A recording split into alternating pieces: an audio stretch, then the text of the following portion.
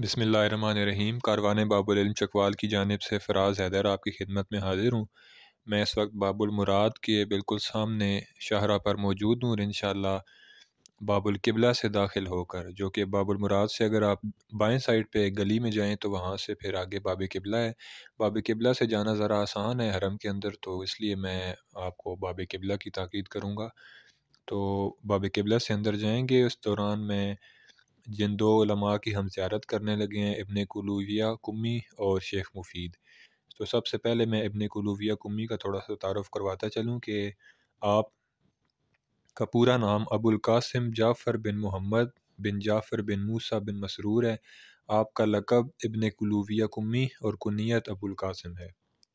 ابن کلویہ ایران کے شہر کم کے ایک اہل علم اور پرہیزگار خاندان میں پیدا ہوئے، اور آپ کے استاد چوتھی صدی ہجری کے شیعہ راوی محمد بن یعقوب کلینی تھے۔ یعقوب کلینی کے بارے میں آپ نے سنا ہوگا کہ امام عسکری کی شہادت کے بعد دنیا میں آئے اور امام زمانہ علیہ السلام کے ایام ظہور میں بھی موجود تھے، اور آپ نے براہ راست امام علی نقی اور امام حسن عسکری علیہ السلام سے حدیثیں سنی ہیں۔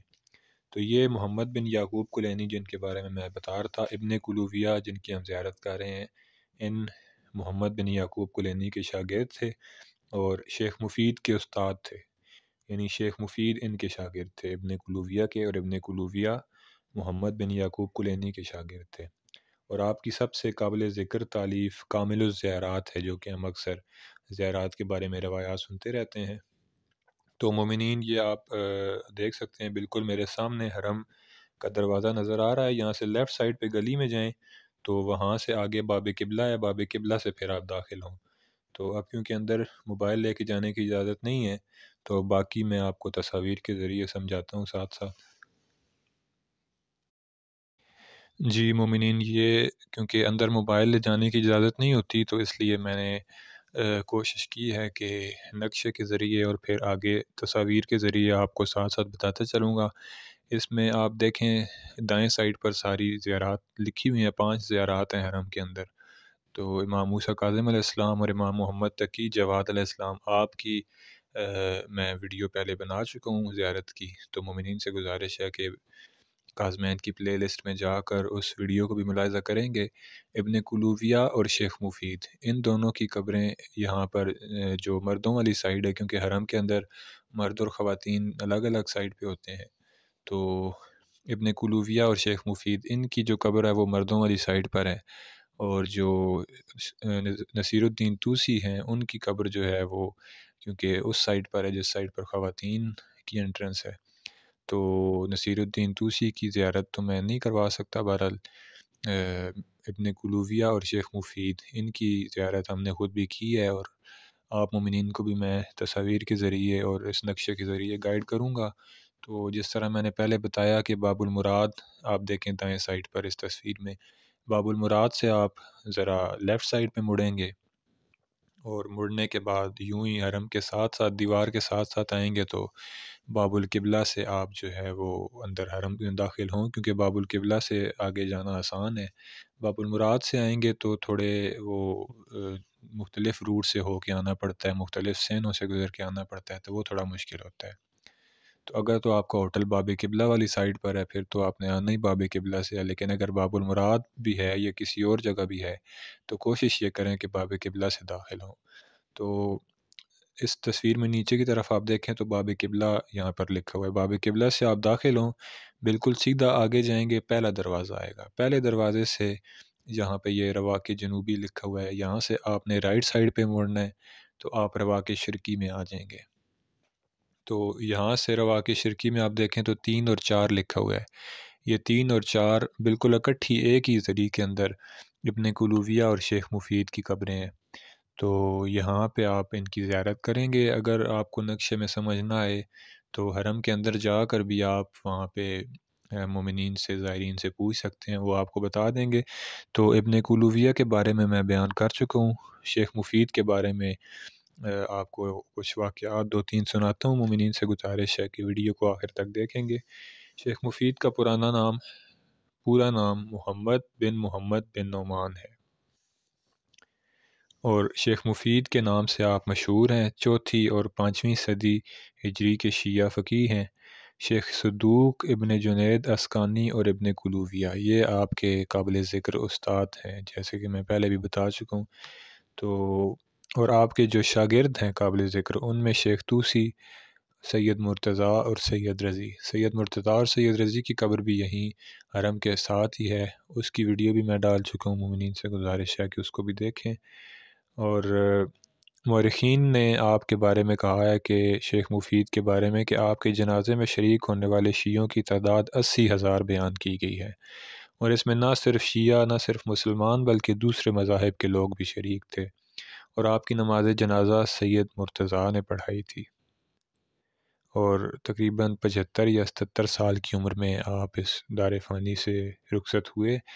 تو شیخ مفید جب 18 سال کے تھے تو ایک مرتبہ جب بغداد میں تعلیم حاصل کرنے کے لیے آئے تو وہاں جا کر لوگوں سے پوچھا کہ یہاں پر سب سے بڑا مدرسہ کون سا ہے، کیونکہ علم حاصل کرنا چاہتے تھے۔ تو کسی نے بتایا کہ یہاں کا سب سے بڑا مدرسہ اہل سنت عالم عبداللہ بغدادی کا ہے۔ تو شیخ وہاں پر گئے اور ہزاروں کے تعداد میں وہاں پر طلبہ موجود تھے۔ شیخ دروازے سے داخل ہوئے اور آہستہ آہستہ ممبر تک پہنچ گئے، یہاں تک کہ عبداللہ بغدادی کے بالکل قریب جا کر بیٹھ گئے اور اس کے پاس بیٹھ کر اسے سننے لگے۔ تھوڑی دیر بعد دروازے سے عبداللہ بغدادی کا ایک غلام آیا اور اس نے کہا کہ ایک شخص بصرہ سے آپ سے کچھ سوال پوچھنے کے لیے آیا ہے۔ تو بغدادی نے کہا کہ ٹھیک ہے، اس کو بھیج دیں۔ جب وہ آیا اور اس نے سوال کیا تو سوال یہ کیا کہ واقع غدیر افضل ہے یا واقع غار افضل ہے۔ میں یہاں پر اب زیادہ اس کو کھول کے بیان نہیں کروں گا، تو آپ خود اندازہ لگائیں گے کہ واقع غدیر تو سب جانتے ہیں، اور واقع غار یعنی کون سا واقعہ افضل ہے۔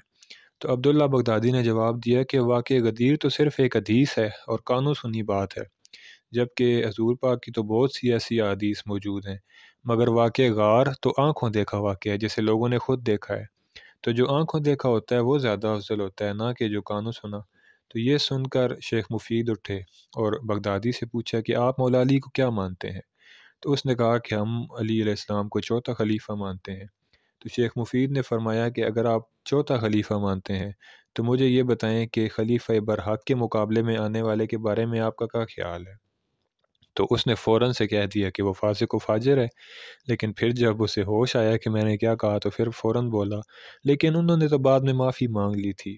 تو شیخ مفید نے فوراً جواب دیا کہ مقابلے میں آنا تو آنکھوں دیکھی بات ہے، لوگوں نے خود دیکھا ہے جب وہ مقابلے میں آئے ہیں، لیکن معافی مانگنا تو کانوں سنی بات ہے۔ تو اگر آپ کہتے ہیں کہ آنکھوں دیکھی بات زیادہ افضل ہے تو پھر یہی درست ماننی چاہیے۔ تو اس پر عبداللہ بغدادی بہت حیران ہوا اور اس نے شیخ مفید سے سوال کیا کہ آپ کس کے شاگرد ہیں؟ یہ میں کیونکہ ساتھ ساتھ تصاویر بھی آگے کرتا چلوں ورنہ مومنین بور ہونا شروع ہو جائیں گے۔ تو یہ بالکل ریڈ کارپٹ آپ دیکھ رہے ہیں، یہاں سے بالکل سامنے جائیں اور جس طرح میں نے بتایا کہ یہ پہلا دروازہ ہے، اس پہلے دروازے سے آپ داخل ہوں گے، پھر رائٹ سائڈ پہ ہو کے اور آگے جائیں گے تو لیفٹ سائڈ پہ ان دونوں علماء کی زری آئی ہوئی ہوگی۔ یہ ایک اور منظر ہے اسی دروازے کا جو میں نے دکھایا ہے، یہ بائیں سائڈ پہ یہاں پر وہ بڑا جو آپ کو دروازہ نظر آ رہا ہے یہ مین دروازہ ہے، اور یہ جو رائٹ سائڈ پہ تھوڑا دروازہ آپ کو نظر آ رہا ہے چھوٹا والا، یہ بالکل سیدھا اندر جائیں آگے تو شیخ مفید اور ان کی قبر ہے، لیکن یہ کیونکہ ایگزٹ ہے، اس سائڈ سے لوگ باہر آتے ہیں تو آپ نے لیفٹ سائڈ والے مین بڑے دروازے سے ہی اندر جانا ہے اور پھر اس دروازے سے واپس آنا ہے۔